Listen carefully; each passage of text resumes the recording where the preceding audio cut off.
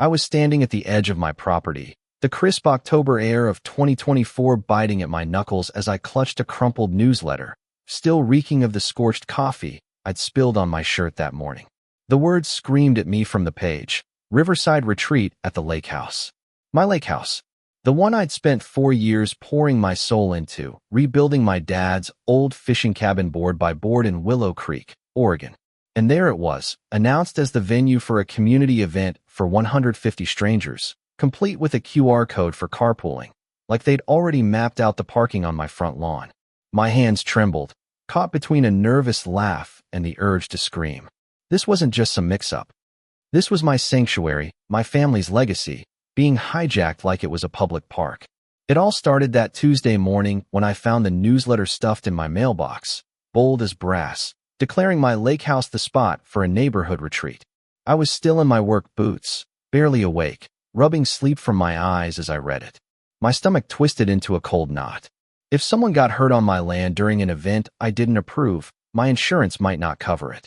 I could lose everything: my savings, my home, the lake house itself. I drove out to the property that afternoon, keys jangling in my pocket, and stared at the heavy iron gate I'd installed 2 summers ago. It was sturdy, farm-style, the kind that says "keep out" politely but firmly. The access road stretched a half-mile through pine trees before opening to the lake's shimmer.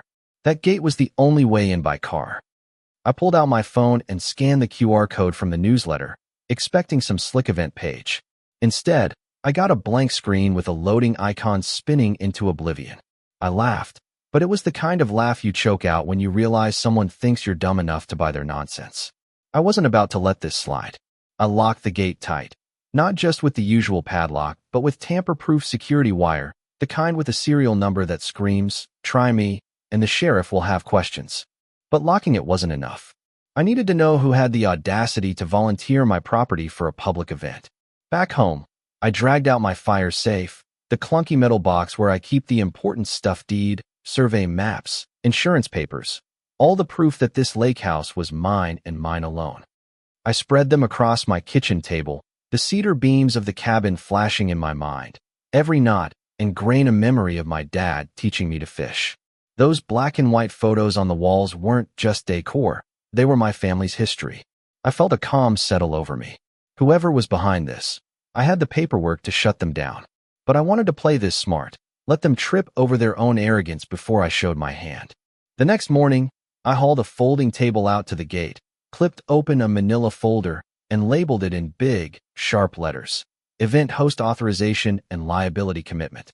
Inside were copies of the deed, the survey map with boundary lines marked in red, and a form for whoever thought they could claim my land to sign their name and accept responsibility for permits, insurance, and any injuries. I'd even printed out state laws on unauthorized use of private property. Nothing threatening, just crystal clear facts. If someone had the authority to book my lake house for 150 people, they wouldn't mind putting their name on the line, right? I sat in my truck, watching neighbors pass by on their morning walks. Some stopped to read the folder, their faces twisting in confusion. Mrs. Larson, who'd lived here forever, traced the property lines with her finger, frowning. Mr. Tate snapped a photo of the form with his phone. The mail carrier slowed down to gawk. I felt a twinge of guilt for making this public, but the HOA had already done that by printing my address in their newsletter. I was just demanding accountability. By Wednesday, things got weirder. Mrs. Larson showed up at my door before I'd finished my coffee, waving the newsletter like a flag. "My son's a property lawyer in Portland," she said, skipping pleasantries. "I sent him this, and he says it's textbook HOA overreach. You're in the right to protect your land." Her words hit like a shot of adrenaline. I wasn't overreacting. This could get ugly: lawsuits, financial ruin, the works. She showed me a text from her son, urging me to document everything: the newsletter, the broken QR code, any HOA communication. I started building a case, starting with Mr. Tate, who'd been tracking HOA nonsense for years. Over coffee at his place, he spread out emails and meeting minutes, revealing that the HOA president, Laura Bennett, had a habit of making decisions without board approval. She'd tried banning yard signs, demanding tree planting permits, even fining folks for home upgrades that didn't need her say-so. "She acts like she owns the whole town," Mr. Tate said, showing me bylaws that limited HOA power to common areas only. He offered to write a statement, and I knew I was onto something bigger than my lake house. I hit the pavement, collecting stories from neighbors who dealt with Laura's power trips. The Parkers had to threaten a lawyer when she fined them for parking their RV in their own driveway. The Wilsons had photos of their garden torn up by a landscaping crew Laura hired, claiming it was community property. Each story painted the same picture.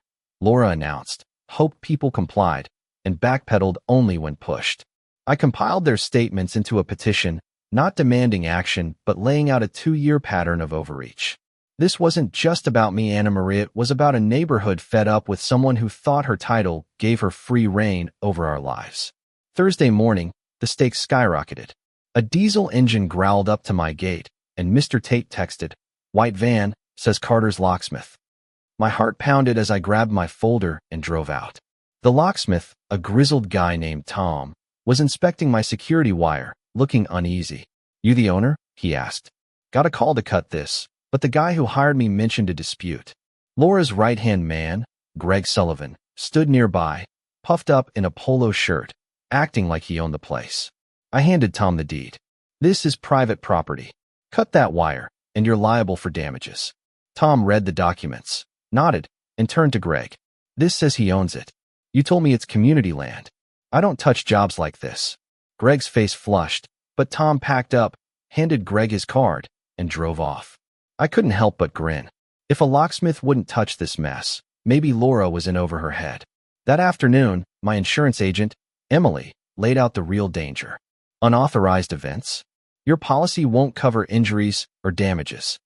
You could be looking at 6-figure liability if someone gets hurt. She showed me cases where homeowners lost everything over unpermitted gatherings. My call to the sheriff's office was even worse. If a crowd breaks through your gate, it's trespassing, but you need to prove you resisted, the deputy said. He mentioned a case where a homeowner paid $65,000 after an unapproved party led to injuries. I updated my authorization form, adding a chart of potential costs, vendor fees, permit fines, legal battles. The numbers were staggering enough to make anyone think twice about signing. Friday brought a bombshell.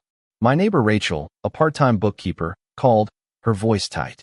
"I got copied on emails I shouldn't have. Vendors are lined up for your lake house portable toilets, catering, tents, the works.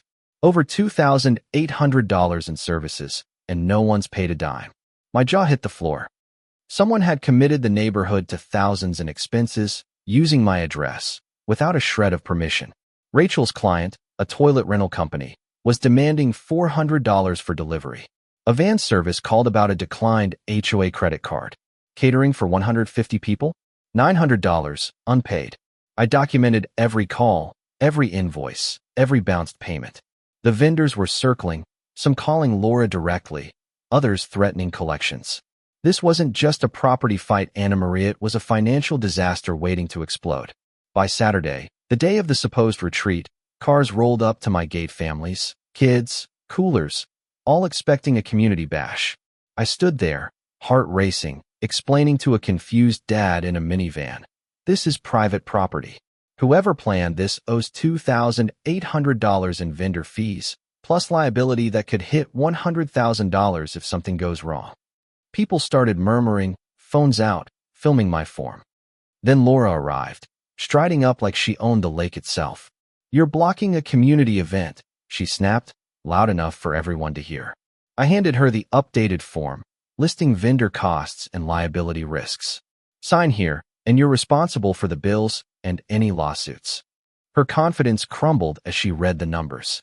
The crowd started asking questions about permits, medical bills, septic systems.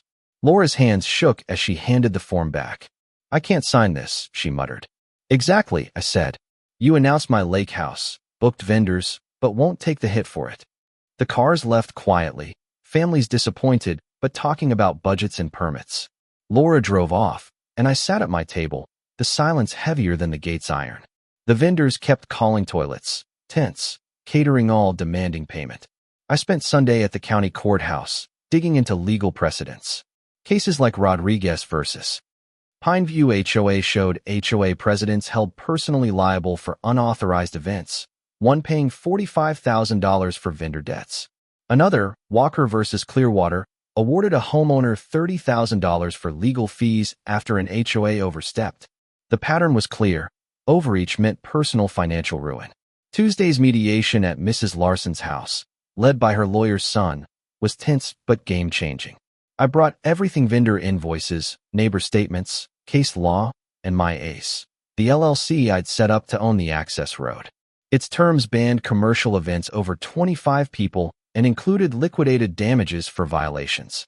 Laura admitted she thought her role gave her blanket authority. "I just wanted a nice event," she said, but the lawyer shut that down. "Intentions don't trump property law." We settled. Laura would pay the $2,800 in vendor fees over 90 days, admit her overreach in writing, and help create guidelines on HOA limits. Those guidelines, packed with real case studies, spread to 4 other towns, saving others from similar fights. I added clear signage to my gate, marking the line between public and private. Standing by the lake now, watching the water my dad loved, I feel lighter. What started as a newsletter outrage became a battle that forced everyone to reckon with what ownership means. But I'm curious, what would you have done if someone tried to claim your home for their party? Would you have locked the gate or gone straight to court? Should Laura face tougher consequences, or was the settlement too soft? Drop your thoughts below, hit that like button, and subscribe for more stories where ordinary people fight back against the absurd. Let's keep the conversation going.